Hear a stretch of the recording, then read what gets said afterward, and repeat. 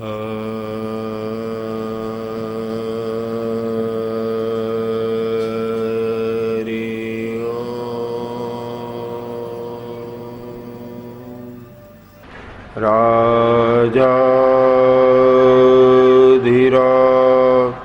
श्री सद्गुरुनाथ सिद्धेश्वर महाराज की जय। राजाधिराज श्री सद्गुरुनाथ गुरुलिंगम महाराज की जय। राजाधिराज श्री सद्गुरुनाथ भाऊ साहेब महाराज की जय। राजाधिराज श्री सद्गुरुनाथ गिरिमल्लेश्वर महाराज की जय। राजाधिराज श्री सद्गुरुनाथ औजे लक्ष्मणप्पा महाराज की जय। पार्वती पते शिवर महादेव महाराज की जय। पार्वती पतेश्वर महादेव। गुरुर्ब्रह्मा गुरुर्विष्णु गुरुर्देवो महेश्वरा गुरु साक्षात् परब्रह्म तस्मै श्री गुरुवे नमः। हरिः ओम्। हरिनारायण गुरुनारायण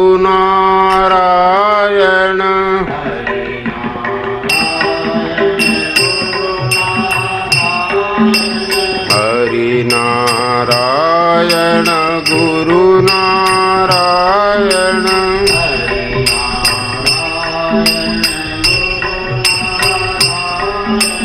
घड़ी घड़ी जीवे करी पारायण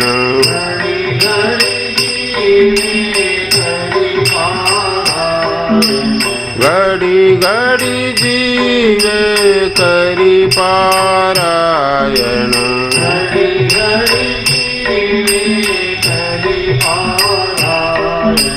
कवदासो हम नारायण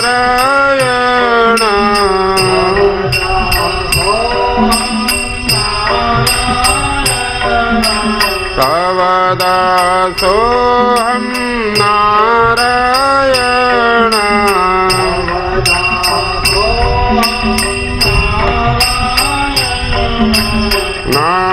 नारायण नारायण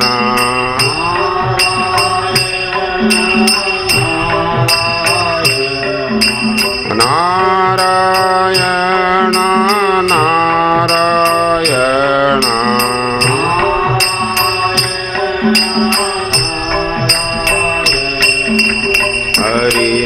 हरिनारायण गुरुनारायण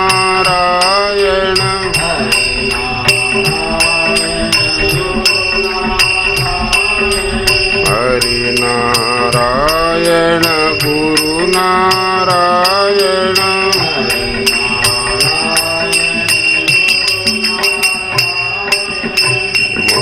पार्वती पति शिवर భక్తులందరూ కాంచెలి గీతా భాగవతం ఈ సత్సంగం ఇక్కడ 11 రోజులు జరుగుతుంది. భాగవతం మొట్టమొదలు భాగవతం ఇది వ్యాసో నారాయణ రాసిండు. తనకు మనశ్శాంతి లేక ఎన్నో పురాణాలు రాసిన తర్వాత మనశ్శాంతి లేక కూర్చుంటే నారద మహర్షి వచ్చి చెప్పిండయ్యా ఒకటి ఇటువంటి గ్రంథం రాయిరి, దాంట్లో ప్రేమ భక్తి నిర్మాణం కావాలి. అప్పుడు ఆయన తపశ్చర్య చేసి ఇది భాగవతం, భగవంతుని అవతారాలన్నీ, సృష్టి నిర్మాణమైంది, జీవకోట్లు నిర్మాణమైంది, రామాయణ మహాభారత అన్ని అందులో వచ్చినాయి. అనే అవతారం. సాధారణంగా అందులో ఆయనకు చెప్పేది ఉండే భక్తితోటే మానవుంది ఉద్ధారకమవుతుందని. అయితే ఆ భాగవతం లోపట మహాభారతం ఎప్పుడు ప్రసంగం ఉన్నదో కౌరవులు పాండవులది, అప్పుడు వాళ్ళ ఇరువురి మధ్యన యుద్ధం మొదలైనప్పుడు యుద్ధానికి అర్జునుడు వచ్చి యుద్ధం చెయ్య అన్నాడు. అప్పుడు భగవంతుడు ఆయనకు ఉపదేశం చేసిండు. అది భగవద్గీత. భాగవతం లోపట భగవద్గీత నిర్మాణమైంది. రాసిండు శ్రీ గణేష్జీ విఘ్నహర్త భాగవతం. చెప్పిండు నారాయణమూర్తి అవతారం వ్యాసో నారాయణ. అది భాగవతగర్తం. రాసినవాడు గణేష్జీ, చెప్పినవాడు నారాయణమూర్తి అయిన వ్యాసో నారాయణ. ఇవి రెండు భాగవతం తయారుగానికి రెండు ఇవి వ్యక్తులు వాళ్ళ హస్తంతో వాళ్ళ ముఖంతో వాళ్ళ నోటి ద్వారా శబ్దాలు బయటపడ్డాయి రాసి. కానీ భగవద్గీత సాక్షాత్ భగవంతుని నోట్లకెళ్ళి బయటపడ్డే శ్లోకాలను సాక్షాత్ భగవంతుని. సాధారణంగా ఇది మొట్టమొదటి రోజున్నందుకు ఇదంతా వెనక్కి చెప్తున్నా. ఎందుకంటే భగవద్గీతది మహాత్మ్యం అగాధమైంది ఉన్నది. దీనికి సాధారణంగా భగవద్గీత కూడా ప్రస్థానత్రయి లోపటి 3 మార్గాల లోపటి ఇదొకటి అని చెప్తారు. మానవుంది ఉద్ధారకంగానికి 3 మార్గాలు చెప్పినవి.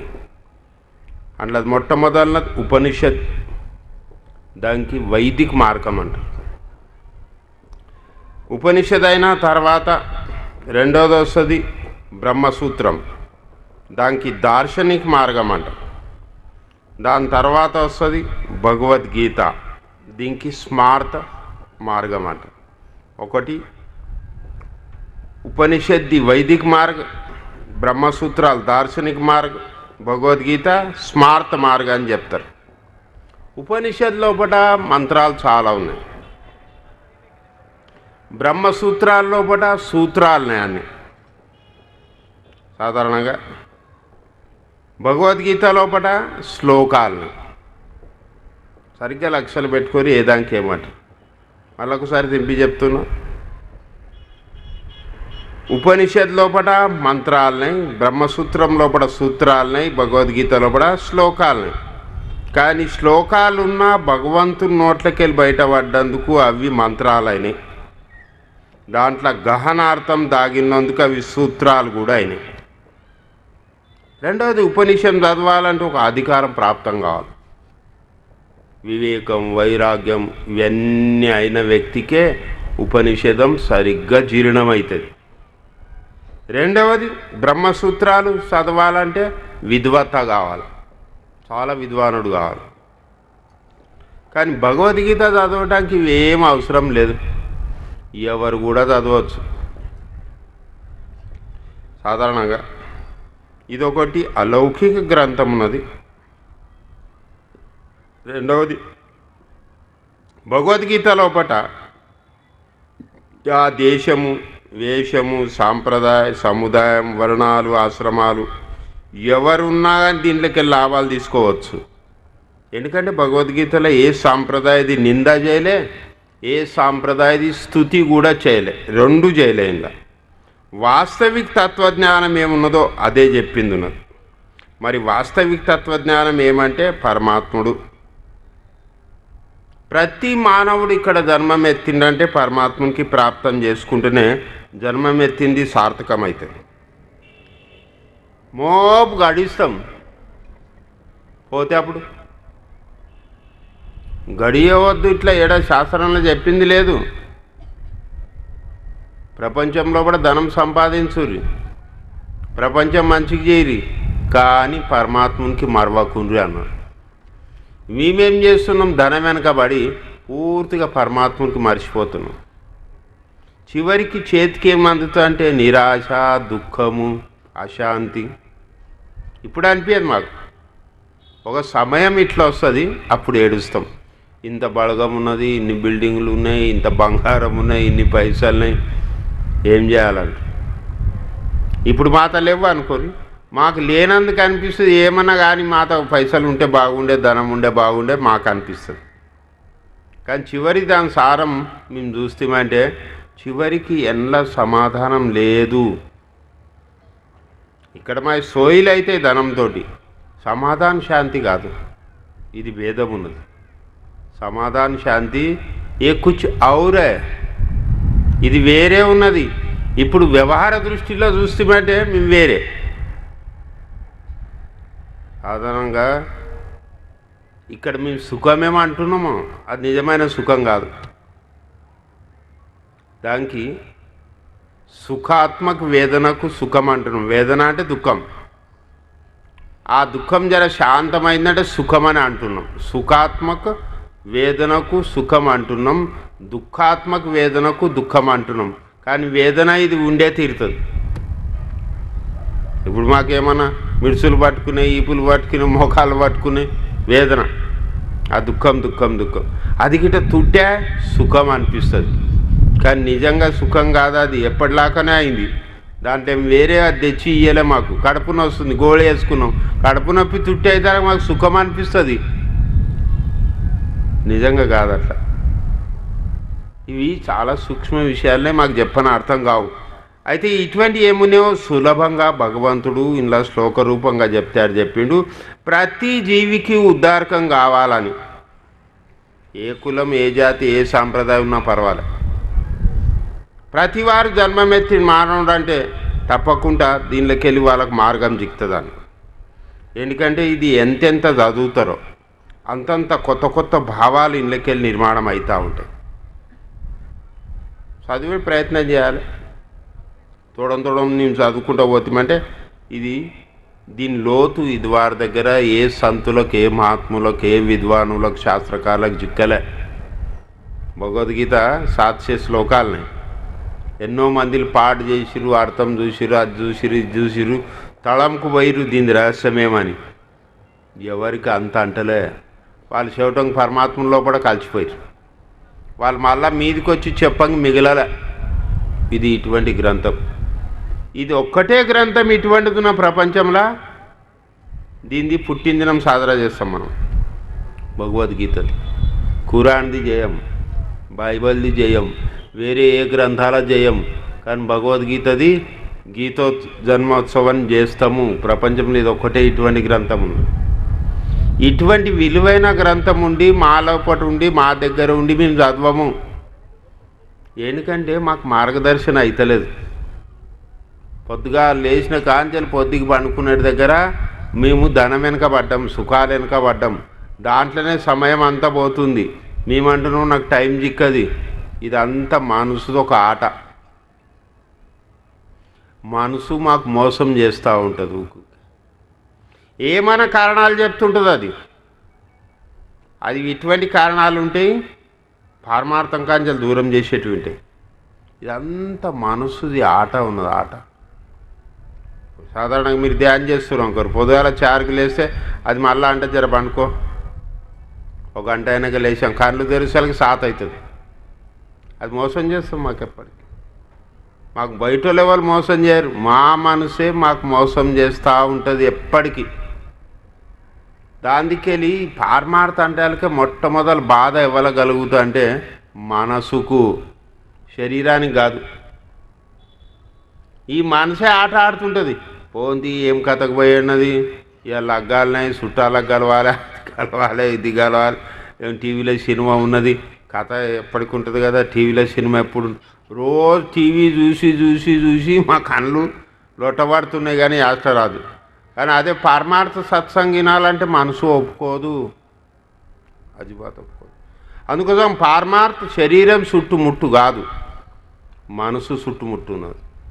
మనహా ఏవ మనుష్యానాం కారణం బంధ మోక్షయో అన్నాడు.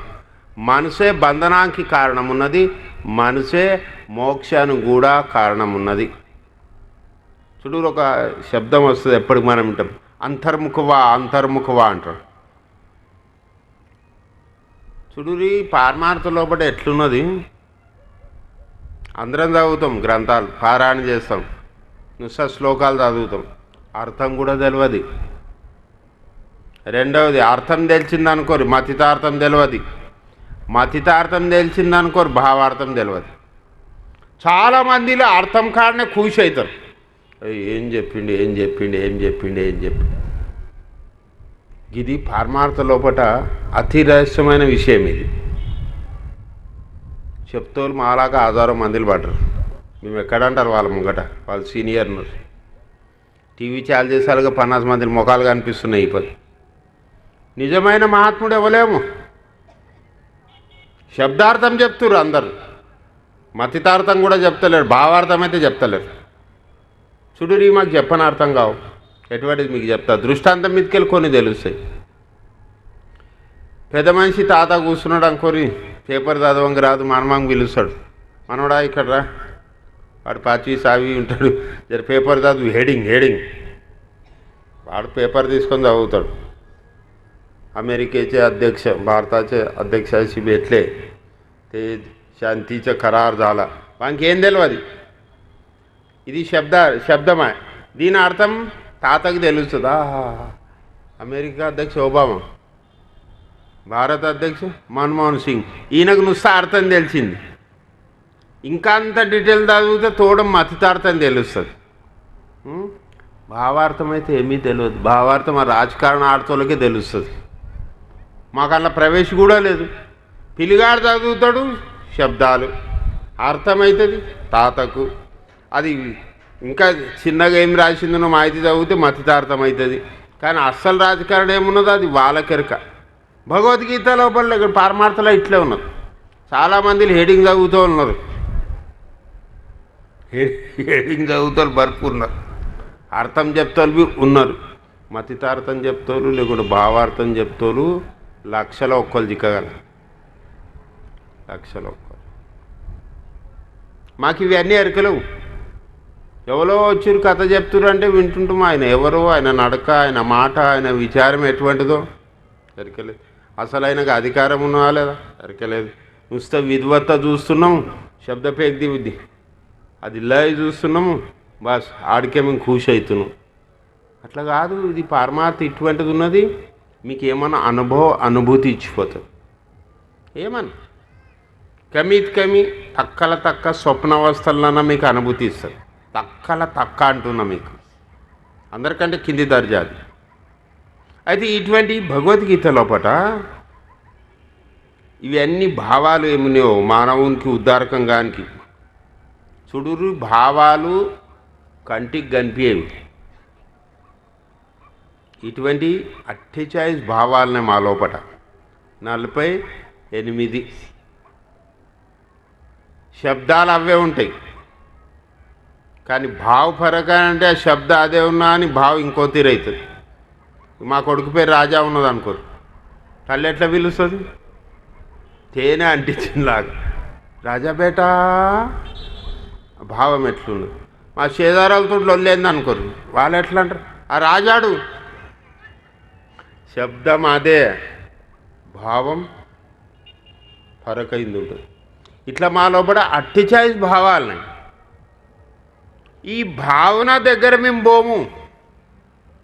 నిశ్చయ శబ్దార్థకాడనే కూర్చోతాం. మహారాజ్ ఏం కథ చెప్పిండు, మహారాజ్ దృష్టాంతం మంచిగా ఇచ్చిండు, మహారాజ్ భజన మంచిగా వాడి శ్లోకం తినేసే కామ్ నై బంతా. మీరు ఆ లోతులో దిగే ప్రయత్నం చేయరు, లోతులో దిగేది ప్రయత్నం. ఇక లేకపోయానంటే ఇది మీద మీద మీద మీద ఏముంటుందిలే, చేతికి ఏమీ అందదు. అనేక జాలు మేము పోతామని చెప్తున్నా, నాకు ఎవరిది నింద చేసేయలేదు. అన్ని జాల ఇట్లనే బజార్ మరి. ఇప్పుడు మేము పోతుంటాం భజనలలో, బిజన్లలో, గురు పూజలో పోతుంటాం. ఏదైనా భజన పాడుతుర్రు, ఏదైనా సాకి పాడుతుర్రు. ఒక మహారాజు జోర్సిగా ఏం పాడుతున్నావు, దాని అర్థం తెలిసిందా? ఆ పాడినోంకి ఎరకలేదు, ఇన్నోంకి ఎరకలేదు, ఆ మహారాజుకి ఎరకలేదు. ఓకే నడిచింది ఆయన. నై లోతులు దిగేది ప్రయత్నం చేయాలి. దీనికి మార్గం 3 మార్గాలు. ఒక జ్ఞాన మార్గం, ఒకటి కర్మ మార్గం, ఒకటి భక్తి మార్గం. జ్ఞాన మార్గం కూడా సత్యం ఉన్నది, కర్మ మార్గం సత్యం ఉన్నది, భక్తి మార్గం సత్యం ఉన్నది. ప్రతివారిది రుచి, ప్రతివారిది అధికారం, ప్రతివారిది ఇది బుద్ధిది, వాళ్ళది ఒకటి పాత్రత పట్టుకొని భిన్న భిన్న మార్గాలని. అతి కుశాగ్ర బుద్ధి ఉండే జ్ఞాన మార్గంలో పోతే పర్వాలే. ఇక ఒక్కొక్కరికి దేవుడు నచ్చడు, సంతులు నచ్చడు, ఏం నచ్చడు, క్రియాశక్తి ఇది వాళ్ళ లోపల ఎక్కువ ఉంటుంది. వాళ్ళు కర్మ మార్గంలో పోతే గెలుస్తారు. ఇక అందరికంటే సోపా అంటే భక్తి మార్గం, అందరికంటే సోపా భక్తి మార్గం. భగవంతుడు 3 మార్గాలు ఏం చెప్పిండంటే ప్రతివారిది రుచి అర్హత ఇవి భిన్న భిన్న ఉంటాయని ఇట్లా చెప్పినాయి. ఇంకో ధర్మంలో ఇట్లా చెప్పినాయి లేవు. వాళ్ళు ఏమంటారు అదే, ఒక్క అక్షరం కూడా ఫరక్ చేసేయలేదు. వాళ్ళు ఏమంటారు అదే పట్టాడు. ఆడ తిరిగా ప్రశ్న అడిగలేదు. కానీ భగవద్గీతది ఒకటి విలక్షణత ఇటువంటిది ఉన్నది. ప్రతివారిది ఉద్దారకంగాకి వాళ్ళది అధికారం పట్టుకొని నీకు ఏ మార్గం నచ్చుతో ఆ మార్గంతో రా అన్న. ఏ మార్గం నచ్చినా పర్వాలేదు. చెవటంకు గమ్యం అందరిది ఒక్కటే ఉన్నది, పరమాత్మకి ప్రాప్తం చేసుకున్నారు. ఇప్పుడు గరుకులకి వచ్చాడు మాకు, ఇక్కడికి వెళ్ళి వచ్చినా ఈడి కోసం, లేదా యార్డ్లకి వెళ్ళి వచ్చినా నీడి కోసం, లేదా గాంధీనగర్లకి వెళ్ళి వచ్చినా. మార్గాలు భిన్న భిన్న ఉన్న స్థలం ఒక చాలా ధ్యేయం ఉన్నది, ఆడికి వచ్చి ఉండదు. కానీ ఇది ఇతరులు ఇది మాన్య చేయరు. ఫక్త సనాతన ధర్మమే ఒకటి మాన్య చేస్తుంది. అందుకోసం మన సనాతన ధర్మంలో కూడా అనేక దేవతలు, అనేక దేవులు, అనేక సాధనలు చెప్పినవి. ఓగోలకు తీర్థయాత్ర నస్తుంది, పర్వాలే. తీర్థయాత్రకు ఓగోలకు యజ్ఞయాగాలు వస్తాయి, పర్వాలే. అది కూడా వద్దాను. ఓగోలకు దానం అన్నదానం నచ్చుతుంది, పర్వాలే. ఓగోలకు సత్సంగం నచ్చుతుంది, పర్వాలే. ఓగోలకు భజన నచ్చుతుంది, పర్వాలే. ఓగోలకు ధ్యానం నచ్చుతుంది, పర్వాలే. ఓగోలకు గుడికి పోబుద్ధి అవుతుంది, పర్వాలే. ఓగోలకు ఉపవాస వ్రతాలు చేయాలనిపిస్తుంది, పర్వాలే. ఇవన్నీ భిన్న భిన్నంగా మా ప్రకృతి పట్టుకొని మా స్వభావం పట్టుకొని పెట్టినవి. కానీ అందులో మేము జర్రా శాస్త్రబద్ధంగా పోతే అన్ని దాంట్లోకి లాభాలు అవుతాయి. మేము శాస్త్రబద్ధంగా పోము. మా పారమార్థ నుస్తా విన్నదే ఉన్నది, ఐకీవ అంట మరాఠీలో. మా పారమార్థ ఎట్లున్నది, నుస్తే ఎవరో చెప్పిరేమో విన్నాం, దాని వెనక ఏం భూమిక ఉన్నది, ఏం కారణం ఉన్నది ఎన్నడూ మేము చూడలేదు. ఇప్పుడు సామాన్యంగానే అన్ని జాలు అడుగుతా. ఏమైనా శుభకర్మాలు మంగళ కర్మాలు ఉండేనంటే ఏమైనా బట్టలు తెచ్చండి, నల్లపోగు కలవద్దు. నేను ఎన్నో మందికి అడిగినా ఏంటి కలవద్దు, కలవద్దు అంటే కలవద్దు. నల్లపోగు కలిసింది తేవద్దు అంటే మా వెనకెళ్ళి నల్లగా ఉన్నాయిగా, నువ్వు ఇతడవా చేయకు ఇట్లా అంటే దాని వెనక కారణాలు మాకు ఎరకలేవు. ఏంటికి ఒక రూఢి పరంపర నడిచింది, దాని వెనక ఏమైనా కారణాలు తప్పకుండా ఉన్నాయి. మేము ఎన్నడూ చూడలే. మా తల్లిదండ్రికి ఎరకలేదు, మా తాతకి ఎరకలేందుకు వాళ్ళు మాకు గదిరిచ్చి ఆడనే దబాచారు. పెద్దోడేనేం చెప్పిల్లాకిను మా తాతల కాంచెలు వచ్చింది చేయాలి, గదే అప్ప ఎండికి చేయాలి, నాకు గది తెలుస్తలేదని ఎక్కగా పని చెప్పించేయి. వాళ్ళకి ఎరకలేదని ఒప్పుకోరు అన్నాడు, ఎన్నడూ ఒప్పుకోరు. ఇట్లేం అవుతుంది? ఒకటి మేము గ్రంథాలు చదవలే, లేదా గ్రంథాలు వినలే, సత్సంగం చేసి వినలేనందుకు మా పిల్లలు మాకు అడిగితే మాకు సమాధానం చెప్పంగా రాక వాళ్ళని కోప్పడుతున్నాం. ఇంత లేవు, ఏం మాట్లాడుతున్నాం, చిన్న నోడుతాడు పెద్ద మాటలు లేవు అని చిన్నవే ఉంటాయి, వీళ్ళకి ఎరుకుండదు. మీకు ఇక్కడ ఒకసారి చెప్పిన ఓ పెద్ద మనిషి రోజు కథ ఇన్నికి పోతుండే పురాణం, ఒక గ్రంథం కేసరి కలర్ పిసివి కొద్దిగా ఆరగొట్టినంటే పని రిటైర్. ఒక రోజు పోతుండే వస్తుండే, రోజు వాళ్ళతో మనమన్లు మనమరాళ్ళు ఉండే ఒక బిలందరు ఉండే. వాడు ఒకనాడు చుట్టినాడు, ఏమనమాట వస్తావా అన్నాడు. ఎక్కడ తాత అన్న, సత్సంగం.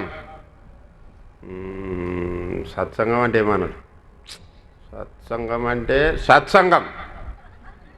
అదే సత్సంగం అంటే ఆ దేవుని కథలు ఉంటే అవి ఉంటే అది చేస్తే ఏమవుతాను?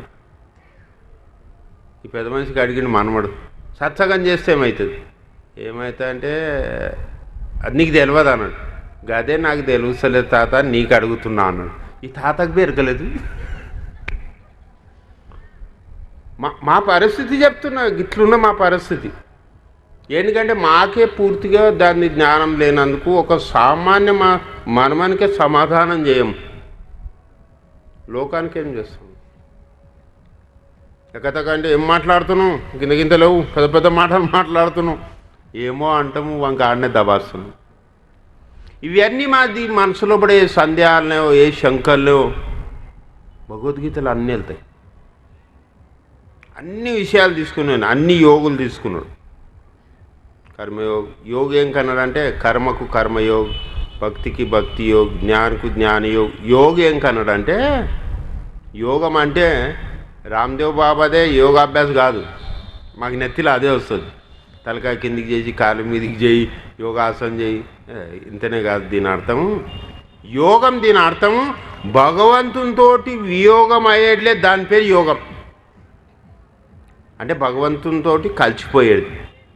భలే ఏ దాంతోటైనా రాను, ధ్యానంతో రా, సత్సంగంతో రా, భజనతో రా, పూజ అర్చతో రా, వ్రతంతో రా, ఎట్లా రా భగవంతుని కలువు, దాని పేరు యోగం.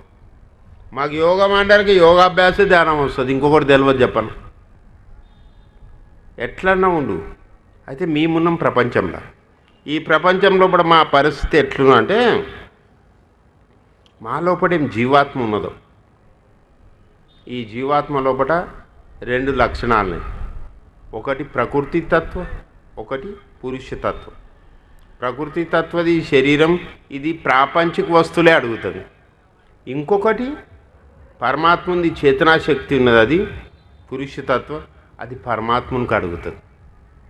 మేము ఎంత గడిచినా ఎప్పుడన్నా దేవుని దిక్కు పోతామే. ఎందుకంటే 2 భాగాలే మా లోపల. ఒకటి ప్రకృతి తత్వం అంటే ప్రాపంచికది, ఒకటి చేతనాశక్తి పరమాత్ముంది. అందుకోసం పరమాత్మునికి ఎప్పుడన్నా ధ్యానం చేసాం. ఎంత కఠోరు ఉండను, ఎంత నాస్తికుడు ఉండను, ఎంత గుడికి పోవడం అనుకోరు, దేవుళ్ళకి తిడతాడు అనుకోరు, సంతులకు నింద చేస్తాడు అనుకోరు అనని ఎప్పుడన్నా ఒక ప్రసంగం ఇట్లా వస్తుంది, భగవంతా నువ్వే దిక్కు, ఏం చేస్తావో చూడు. ఎప్పుడన్నా ఓ ప్రసంగమే అట్లా వస్తుంది. ఎందుకంటే అది మా లోపల 2 తీర్లు. ఇప్పుడు మొట్టమొదటి ఇప్పుడు పోతే చెప్పిన అంతర్ముఖ అని శబ్దం, దీని అర్థం కూడా మాకు తెలియదు. సామాన్యంగా అర్థం తెలుసు. ఎట్లా అంతర్ అంటే లోపల, ముఖ అంటే నోరు, అంటే నీ నోరు, నీ తలకాయ లోపల అంటే ఎక్కడ పరమాత్మ దిక్కు, నీ ఆత్మ దిక్కు. నీ ఆత్మ దిక్కు నీది తలకాయ చేయి అన్నది. ఈ మనసుకు 2 మూతుల పాము అంటారు. 2 మూతుల పాము వింటాం కదా, ఇక్కడ ఒక మూతి, ఇక్కడ ఒక మూతి, ఇక్కడ కొడితే ఇక్కడ వెళ్తుంది, ఇక్కడ కొడితే ఇక్కడ వెళ్తుంది. అయితే ఈ మనసు 2 మూతుల పాము అన్నది. అది ఊగా ప్రపంచం దిక్కపోతుంటుంది.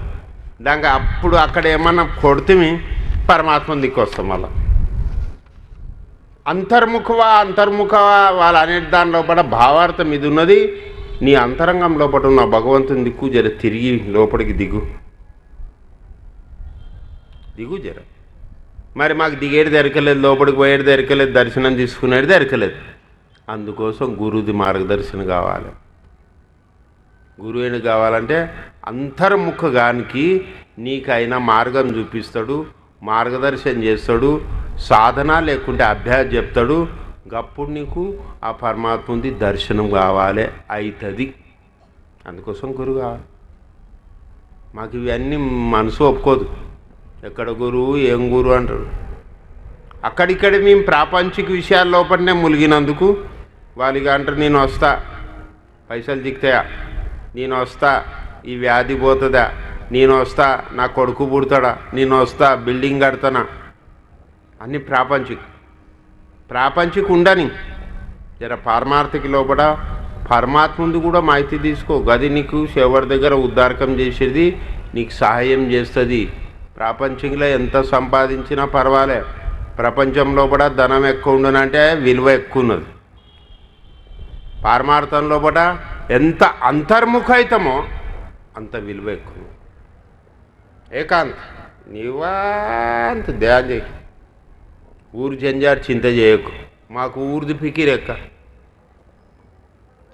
మాకు దునియాది ఫికిరెక్క. ఎందుకంటే మేము పేపర్ చూస్తే అదే, టీవీ చూస్తే అదే, సేదార పాదార లోపల కూడా అదే చర్చలు ఉంటాయి. దానికి మాకు దాందే మాహితి ఎక్క మా నెత్తి మీద మనసు మీద పరిణామం అవుతుంది. అయితే పారమార్థ లోపల చెప్పింది ఉన్నది, ఈ ప్రాపంచిక విషయాలు నీకు పనికి రావు. ప్రారంధంతో ఇవి గలిచేస్తుంటాయి, ప్రారంధంతో జిక్కుతుంటాయి. ప్రయత్నం పరమార్థ కోసం చేయి. మేము పారమార్థ నసీబ్ మీద ఇడుస్తాము, ప్రపంచ ప్రయత్నం చేస్తాం. బరబ్బర్ ఉల్టా. కానీ ప్రపంచంలో ఎవరు ప్రయత్నం చేయరు నాకు చెప్పు, ఎవరు చేయరు, అందరం చేస్తాం. ఎవరికన్నా గరీబ్ ఉండే అన్నదా ఇంట్లో? ఎవరికి ఉండే అన్న గరీబ్? ఎవరికి ఉండేది లేదు. అందరం ప్రయత్నం చేస్తున్నామా లేదా? చేస్తూనే ఉన్నాం. ఎన్ని మందిలం శ్రీమంతులం అవుతున్నాం? ఎన్ని మందిలం అవుతున్నాం? కొందరు ఏళ్ళ మీద ఎంచేట్లాగా. ఇట్లా సూటిగా మాట్లాడితే మాకు జర బాధ అనిపిస్తుంది. దృష్టాంతంతో చెప్తామంటే ఒప్పుకుంటాం. చూడు, ఒక కుక్క ఉంటుంది ఏమన్నా వీధిలో పడ్డది, అది 10 ఇండ్లు తిరుగుతారు రొట్టె కోసం. దానికి కొడతారు, రాయితోడు కొడతారు. ఓ కుక్క ఎక్కడనక చెత్తకుండి మీద పడుతుంది, దానికి ఏమైనా పుండ్లు అయితే అవి అయితే ఈగలు దోమలు చీమలు కరుస్తూ ఉంటాయి. ఓ కుక్క ఇంటి ముంగడ కట్టేసింది ఉంటే దానికి తిండికి పెడతారు. ఓ కుక్క మాలకంట గాడిలు తిరుగుతుంది, మాలకు పక్కకే కూర్చుంటుంది, తెల్లగా ఉంటుంది. దానికి సబ్బు పెట్టి కడుగుతారు. దానికి ఏం కావాలి, కూర బీర పావు బియ్యం ఏం కావాలో తిండికి పెడతారు, తిమ్ముకొని తెస్తారు. పట్టా బిట్టారు బాబుల. అది కుక్క, ఇది కుక్క, ఇది కుక్క, ఇది కుక్క. మా ఒక కుక్క కార్లో తిరుగుతుంది, ఒకటి చెత్తకుండి మీద పడుతుంది, పురుగులో పాలవుతుంది, ఒకటి ఇంటి ముంగడ కట్టేసుకున్నది, ఒకటి వీధి వీధి తిరుగుతుంది. ఇట్లా ఇంకైతుంది. మందిలు చెప్పని మేము తిరిగాం కార్లో, అది రుబాబుల కార్లో పోతాం మాలకు సరిత. నసీబ్ బరబ్బర్ గదే మాకున్నది నియమం. ఓగోలు బాగా గడిస్తారు, ఓగోలు గడిస్తలేరు. ఓగోలు ఎంత ప్రయత్నం చేసినా ఆడనే ఉన్నారు. ఓగోలు ఉంటా లాటరీ అంటుతుంది. వెనకిది పూర్వపుణ్యాయతోటి ఇవన్నీ అవుతాయి. నువ్వు కష్టపడితే ధనం జిక్కి శ్రీమంతులం అవుతుందని ఇట్లా అనుకోకూరు. ఇప్పుడు ఓకోలు హమాలోలు మజూరోలు బారా గంటే ప్రయత్నం చేస్తారు, అంతనే 50 రూపాయలు 60 రూపాయలు దిక్కుతాయి. ఓకోలో చెప్తున్నా, బారా గంటే పని చేసి ఆడికే ఉన్నారు. ఓకోలు ఒక్క గంట పల్టంగల్లి చాటిగల్లికి పోయి చూడు, ఆ మాలకు 11-12 వస్తాడు. బ్యాంక్ టైం లోపల చెక్కులు రాస్తాడు, ఏమున్నా నింపుతాడు, వెళ్తాడు ఇంటికి. ఒక్క గంట లోపల ఒక 10,000 కమాస్తాడు. ఇది ఒకటే. రెండవది, విద్యతోటి ధనం జిక్తుందా అంటే అట్లా కూడా లేదు. ఎన్నో మంది డబల్ డిగ్రీ ఉన్నారు, హోటల్లో పనిచేస్తారు, ఎన్నో పని చేస్తారు. ఏదో పుట్టగడవంకి 2000 కూడా 15 से 3000 కూడా డబల్ డిగ్రీ, ఎంఏ అయ్యారు, ఎంకామ్ అయ్యారు. దీని అర్థమే అతి కష్టపడితే కూడా ధనం జిక్కి శ్రీమంతుడని అవుతాడని అన్నికి రాదు. అతి విద్యతోటి కూడా ధనం జిక్తుందని అన్నికి రాదు. మరి ధనం ఏ దాంతో జిక్తుంది? ధనం జిక్తుంది మేము చేసిన పుణ్య ప్రభావంతో. ప్రయత్నం తప్పకుండా చేయాలి, దాని సరిత పుణ్యం కూడా సంపాదించు. ఆ పుణ్యంది దక్క అంటేనంటే సట్న ఎక్కడికెళ్ళో ఎక్కడనే ఎక్కుతారు. మాకు పుణ్యం చేసేది ఎవరు చెప్తాను లేరు, పాపం చేసేది మాత్రం అందరు చెప్తారు. ఎట్లా చెప్తారు? చిన్నప్పుడు సంది ఒక సంపేరు దగ్గర డాక్టర్ గాడు, ఒక ముంచేరు దగ్గర శ్రీమంతుడు గాడు. మాకు చిన్నప్పుడు సందే అది కాషాయం దాలాగా చెప్తురు. అంటే ఒక ముంచేరు దగ్గర ఎవడు సౌకారు కాడాడు. అవే పుణ్యం సంపాదించురని ఒక్కడు చెప్పడు. ఏమైనా పుణ్యకార్య చేయి, పుణ్యం సంపాదించు, అది అదృశ్యున్నది, కంటికి కనిపించేది, సూక్ష్మన్నది. మాకు అది మార్గదర్శనం లేదు, అది ఎవరు చెప్పరు. మా నెత్తిలో నుస్స ధనం కూర్చున్నది ఉన్నది. ఏమన్నా చేయి బిడ్డ, 4 రాళ్ళు సంపాదించాడు.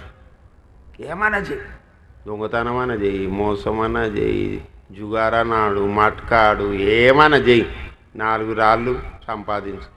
ఎందుకంటే వ్యవహారం లోపల పైసలు ఉంటే విలువ ఉన్నది, ప్రపంచంలో విలువ ఉన్నది. ఠీకే, ధనం బి చిక్కింది అనుకోరు. అసలైన మనశ్శాంతి, అసలైన సుఖం జిక్తుందా? ప్రశ్నకి ఇది ఉన్నది. ఇప్పుడు మేము సుఖంలో ఉన్నా అంటాం, కానీ నిజంగా లేము. అందరూ అంటారు నేను సుఖంలో ఉన్నా, కొడుకు లగ్గం చేసిన, బిడ్డలు లగ్గం చేసిన, ఇల్లు కట్టినా, పైసలు బ్యాంకులో పెట్టినా. నిజంగా సుఖం సమాధానంలో ఉన్నావా? చూడు, ప్రతివాది వ్యాఖ్య వేరే వేరే ఉన్న సుఖంది. ఎవడన్నా తిండపోతున్నా అనుకోరు, వానికంటే నీకు ఎలా సుఖం ఉన్నది. రోజు కొత్త కొత్త తింటే సుఖం అంటాడు వాడు. తాగబోతున్నా అనుకోరు ఏమన్నా కానీ పొద్దుకి వరకు నాకు ఇంత జిక్తే సార్ సుఖమే సుఖం అంటాడు.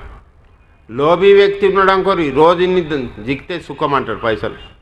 కామి వ్యక్తి ఉన్నాడు అనుకో వాని కోరికలు వేరే ఉంటాయి. ప్రతి వారిది సుఖంది వ్యాఖ్య మనసుతో తయారు చేసినాం. కుక్క కడిగినాం అనుకో నీకెళ్ళున్న కుక్క అదేంలే మారా దేవుని దయతోటి రోజు ఎండిపోయిన ఒక బొక్క జిక్తే చాలంట దానికి సుఖం అన్న. పంది కడుగుతాయా పంది గారు మీకెంట్లో సుఖం ఉన్నది, ఎంత ఎండాకాలం వచ్చినా నేనన్నా జర మురికి నీళ్ళు ఉంటే బాగా అందులో నేను కూర్చుంటా అంటది. సుఖం ఇట్లా అందరం చెప్తాం. సుఖ సుఖ సుఖ సబుకోయి కయే సుఖ జానే నా కోయన. అందరూ అంటారు ఊకే నేను సుఖంలోనా సుఖంలోనా సుఖంలోనా. ఏం సుఖంలోను? లోపల ఎన్ని ఉన్నాయి చింతలు కుదేల బాధలు ఎవరి వాళ్ళకెరక. అవునా కదా? కొన్ని చెప్పుకుంటాము కొన్ని చెప్పుకోము. మేము లోపలనే మింగుతుంటాం. ఓకే చుట్టాలు పక్క సేదరాలు ముంగడ నవ్వేడిది టోపని పట్టుకుంటాం. దేవుని దయతోటి కొడుకుకు బొంబాయికి తోలిచ్చినా లగ్గం చేసినా బిడ్డ లగ్గం అయింది ఇల్లు కట్టుకున్నా దందా పెట్టుకున్నా. అసలు సుఖం వేరే ఉన్నది. ఆ అసలు సుఖం ఏమనో అది భగవద్గీత చెప్తుంది. సుఖ సుఖ సుఖ सबको कहे सुख जाने ना कोई एक बार वो सुख पाए तो दुख कहाँ से वो అన. ఆ సుఖం గిట నీ చేతికి జిక్కే నీకు దుఃఖాలు ఎన్ని వచ్చినా సంకటాలు ఎన్ని వచ్చినా బాధలు ఎన్ని వచ్చినా సీమ గరిచినలాకవి కాదు. ఇప్పుడు మా మనసు విరుద్ధంగా ఆయనంటే మాకు ఎంత బాధ అవుతుంది. ఒకటి అనుకున్నా అయితనే లేదు, ఒకటి మొక్కినా అయితనే లేదు, టెంకాయ కొడతానా అయితనే లేదు, నేను అభిషేకం చేస్తానా అయితే బాధ బాధ బాధ. ప్రతి వారికి ఇట్లా లోపల ఎన్నో కోరికలని ఆశలని కామనలని ఇచ్చేలని వాసనల్ని అవి ఎట్లెట్లా పూర్తి అయితే అట్లెట్లా సుఖం అనుకుంటాం. ఒక్కటికి ఇట్లా పూర్తి అయ్యే కోరిక ఇంకా అందులోకి 10 పుడతాయి సట్. మళ్ళీ ఒకటి పూర్తి అయింది అనుకోరు ఇంకొక 10 పుడతాయి మళ్ళీ సట్. మేము దాని వెనుకనే పరిగెత్తుకుంటూ పోతున్నాం, దాని వెనుకనే పరిగెత్తుకుంటాం. పారమార్థ లోపల అపేక్షిత ఏదుందంటే శాశ్వత సుఖం, శాశ్వత ఆనందం, శాశ్వత శాంతి. ఇది భగవద్గీతలో చెప్పింది. అది గిట నీకు గిట తెలిసే నీకు గిట దాని అనుభవం వచ్చే ఇక్కడ ₹1,00,00,000 రాని ₹1,00,00,000 పోని నీకు సీమ గరిచినలాగా బాధ కాదు ఏమనిపిదా. ఇప్పుడు ₹10 వాయన ముఖం ఉంచుకోబోతాం. అది అవునా కదా? ఖర్చు పెట్టినాం అనుకోరు లగ్గంలో $1,00,000 లగ్గంలో ఖర్చు పెట్టినాం. ఖర్చు పెడితే ఏమనిపేది. ఒక ₹100 నోటు పోయింది అనుకోరు తెల్లారి ఏడబెడుతునో ఏడబాయనో మా $2,00,000 ఖర్చు పెట్టింది దుఃఖం కాదు. ఈ ₹100 పోయింది మాత్రం ముఖం గుంచుకోపోతాం మాకు. అయితే ఇక్కడే చెప్పింది శాంతి సమాధానం సుఖం ఎటువంటిది ఉన్నది. ఇది ఇంత మీదికున్నది. ఈ సుఖాల దుఃఖాల బాణాలు ఆడి దగ్గర వచ్చి తలగాయి సగం కొంచెం కింద పడతాయి, సగం కొంచెం కింద పడతాయి. ఆ శాశ్వత సుఖంది భగవద్గీతలో కూడా భగవంతుడు చెప్పి ఆ సుఖం ఎటువంటిది వైకుంఠం లోపల కూడా చిక్కదన్న. వైకుంఠం లోపల కూడా చిక్కది, స్వర్గంలో కూడా చిక్కది, కైలాసంలో కూడా చిక్కది, బ్రహ్మలోక లోపల కూడా చిక్కది. మరి ఆ సుఖం ఆడలేదని పరమాత్ముడు ఉండములకి వెళ్ళి శ్రీకృష్ణ పరమాత్ముడు భూలోకానికి వచ్చిండట ఏకనాథ్ మహారాజుని. యా సుఖా కారణే దేవ వేడావలా సుఖా కారణే దేవ వేడావలా వైకుంఠ సోడుని సంతాసదని రాయిలా ఆ వైకుంఠ సోడుని సంతాసదని రాయిలా యా సుఖా కారణే దేవ వేడావలా వైకుంఠ సోడుని సంతాసదని రాయిలా వైకుంఠ సోడుని సంతాసదని రాయిలా ఆ భజనలో చెప్పిందున భగవంతుడు వైకుంఠం విడిచిపెట్టి ఏకనాథ్ మహారాష్ట్ర వచ్చింది ఈ సుఖం కోసం. మరి ఆ సుఖం అంటే భగవద్గీతలో చెప్పింది. ఆ సుఖం ప్రాప్తం చేయడానికి ఏ ఉపాయాలని, ఏ సాధనలను, ఏ అభ్యాసం భగవద్గీతలో చెప్పింది. ఇది మేము ఎరుక్కుండి ఎరకలేక అదే ప్రాప్తం చేయడానికి ప్రయత్నం చేస్తున్నాం. శాశ్వత సుఖం ప్రాప్తం చేయడానికే ప్రయత్నం చేస్తున్నాం. కానీ అది ఏం చేస్తే జిక్కుతుంది, ఏ దుకాణంలో జిక్కుతుంది తెలుస్తలేదు. ఇప్పుడు కిరాణా దుకాణంలో పోయి అడుగుతున్నాం బంగారం ఎట్లా, కిరాణా దుకాణం పొందుంటా బంగారం. మెడికల్ దుకాణంలో పోయి అడుగుతున్నాం ఏంటి ఎట్లా తులం, గాడ జిక్తా అది. యా దుకాణంలో ఏం జిక్తాయి తెలవాలి. మాకు ఇదే తెలియక మేమేం చేస్తున్నాం, బిల్డింగ్ కడితే సుఖం తప్పినవు, దుకాణం తప్పినవు. పలాన్ చేస్తే సుఖం, పలాన్ తాగితే తింటే, పలాన్ తింటే సుఖం, పలాన్ చేస్తే సుఖం, ఇట్లా దుకాణాలన్నీ తప్పుతున్నాయి. అవి ఏడ జిక్తుంది ఇది మాకు ఎరకలేక ఆ సుఖం కోసమే పాకలాడుతున్నాము. ఇక మా మనసుతోడే తయారై చేస్తున్నాం. ఇన్ని లాకులు ఉంటే నేను సుఖంలో ఉన్నా, ఎయిర్ కండిషన్ డన్లాప్ కాదు ఉంటే సుఖంలో ఉన్నా, నా కొడుకు ఉడితే సుఖంలో ఉన్నా. ఓగడు ఏడుస్తుండు దేవుని పట్టుకొని, ఇప్పుడు ఎసుంటోకి ఇచ్చినవని దేవుడు అంటుంటే అప్పుడు నువ్వే అడిగినావు కర్రా, నువ్వే వచ్చి గుట్ట మీద మొక్కినావు ఈ ఏడాది కొడుకు ఊడితే మళ్ళీ ఏడాది వస్తా అని. ఇప్పుడు ఇస్తేనే ఏడుస్తున్నావు, ఏం చేయాలి, ఇచ్చినావు కానీ వాడు నాకు గంజి పోయాడు నాకు చూడడు అంటాడు. నేను ఎత్తి కొట్టుకున్నాను, దేవుడు ఏం చేయాలి నడమా. మేము సుఖం ఇట్లా ఆడాయిడ లెంకుతున్నాం. పారమార్త చెప్తుంది గాడ కాదు, నేను చెప్తా గాడ అభ్యాసం చేయి నీకు జిక్కుతుంది. మరి అది ఇటువంటి సుఖమున్న ఒక్కపారి జిక్కిందంటే చేతిలోకి వెళ్ళి జారిపోదు. ఇక ఇవన్నీ జారిపోగల. ఇప్పుడు మేము లక్షాధికారణం రేపు పోగల. ఇప్పుడు బంగ్లాలు ఉన్నాయి 2-3 రేపు అమ్ముకుంటామొచ్చు. పై మీద సొమ్ములున్నాయి వెల్లుండి అమ్ముకుంటామొచ్చు. చెప్పక రాదు కాలం తిరిగిందంటే. కానీ ఇక్కడ చెప్పిన సుఖం ఇటువంటిది ఉన్నది. ఒక్కపారి ప్రాప్తమైందంటే అది ఎవరు గుంజుకోపోరు. ఇక మరి అటువంటి సుఖము, శాంతి, సమాధానం కోసమే భగవద్గీతలో ఒక ఉపాయాలు, మార్గాలు అనేక చెప్పినాయి. అదే మనం చూస్తున్నాం. నుస్తే ఇవాళ అవుట్లైన్ చూసినాం. రేపు మాత్రం సరిగ్గా 7:15కు ఈడ మనం చూస్తాం. త్వరగా వచ్చే ప్రయత్నం చేయరు 7:15 వరకు. అంటేనే ఆ విషయం సరిగ్గా అర్థమవుతుంది. ఏంటికి ఇది ప్రతి వారికి అవసరమైన విషయం ఉన్నది. మీరు ఒప్పుకోకున్నా అని అవసరం ఉన్నది, మీరు అవునన్నా అవసరం ఉన్నది, మీరు లేదన్నా కానీ అవసరమే ఉన్నది. ఎందుకంటే ఇప్పుడు అందరికీ ఆ సుఖం కావాలనే తాపత్రయం ఉన్న మనసులా. కానీ ఆడబోతే జిక్తుంది, ఏం చేస్తే జిక్తుంది ఇది తెలవక మనసుకు వచ్చింది ప్రాప్తమైందంటే నలుగురు చెప్తారు దేవుని దయతోటి బంగారం తెచ్చుకున్నా, తెల్లారి ఆయన కొడుకు అమ్ముతాడు. అప్పుడు ఇవ్వంగి చెప్తాడు, ఇవ్వంగి చెప్పాడు. అందుకెళ్ళి సమ్యక్ అర్థం చేసుకోరి. మీరు గిట్ట సరిగ్గా అర్థం చేసుకుంటే మీకు పరిస్థితి కారణాలు ఇలా చెప్పేది అవసరం పడదు. ఇప్పుడు ఏమంటాం, పారమార్థానికి చేయరంటే ఆడ పారమార్థ పని చేసి చేసి చేసి సాకొస్తా ఇక ఆడపోవాలి కథకంటాడు. లేదా ఏం చేయాలి, టీవీ చూస్తాము టైమే జిక్కదంటాడు. ఏం చేయాలి, మనమల్ని ఆడుకుంటారు టైమే జిక్కాలి. దందా ఉన్నది టైమే జిక్కదంటాడు. పరిస్థితి కారణాలు చెప్తుంటాం, పారమార్థ తప్పించుకుంటుంటాం. నిజంగా అట్లా లేదు. పారమార్థ చేసుకుంటా అన్నీ చేయి. పారమార్థ చేసుకుంటా నువ్వు దందా చేయి, నౌకరీ చేయి, నీ ప్రపంచం చేయి, అన్నీ చేయి. పారమార్థ విడవకు. ఇది ఇంట్లో సందేశం చెప్పింది. మనం రేపటి దాంట్లో ఒక్కొక్క శ్లోకం చూసుకుంటా పోతాం. హరి ఓ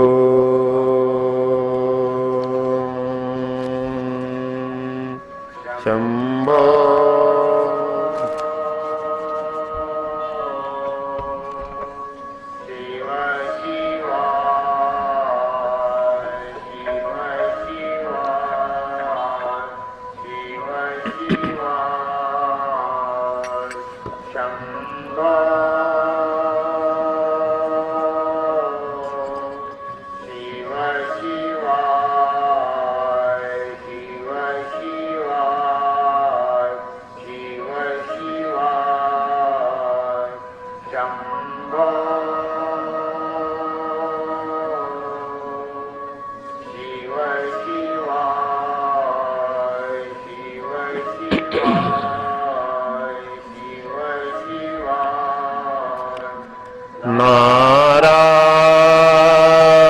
नारायण नारायण नारायण ओम शांति शांति शांति सदा सर्वदा योग तुझा घडावा तुझे कारणी देह माझा पडावा उपेक्षू नको गुणवंतानंता रघुनायका मागणेची आत्मा जय जय रघुवीर समर्थ हे चिदान देवा देवा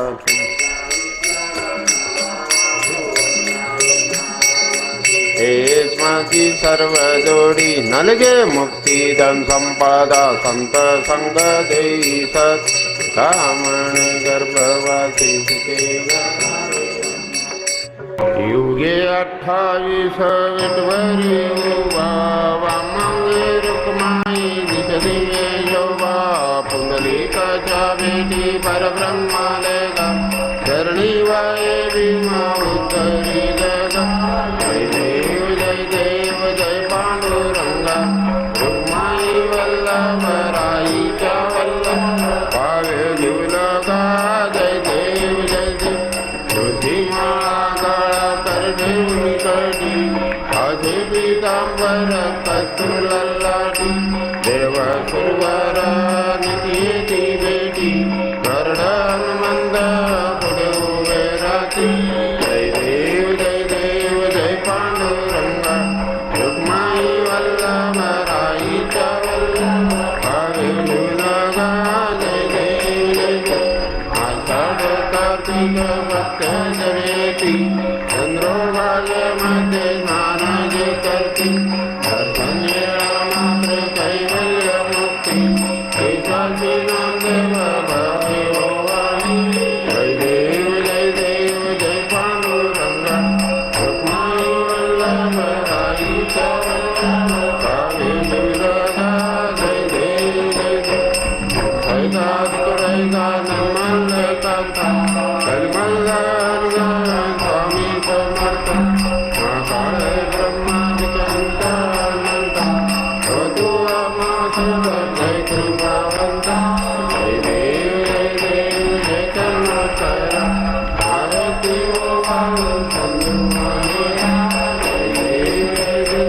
माये माये विश्राती भाव सिद्धी अर्थ धाम सद्गुरु प्रसाद सर्व गोपाल स्वामी राम दासा खरा स्वभाव जय देव जय कर्मकर आरती वाळू सद्गुरुमाये जय गुरु जय गुरु जय गुरु जय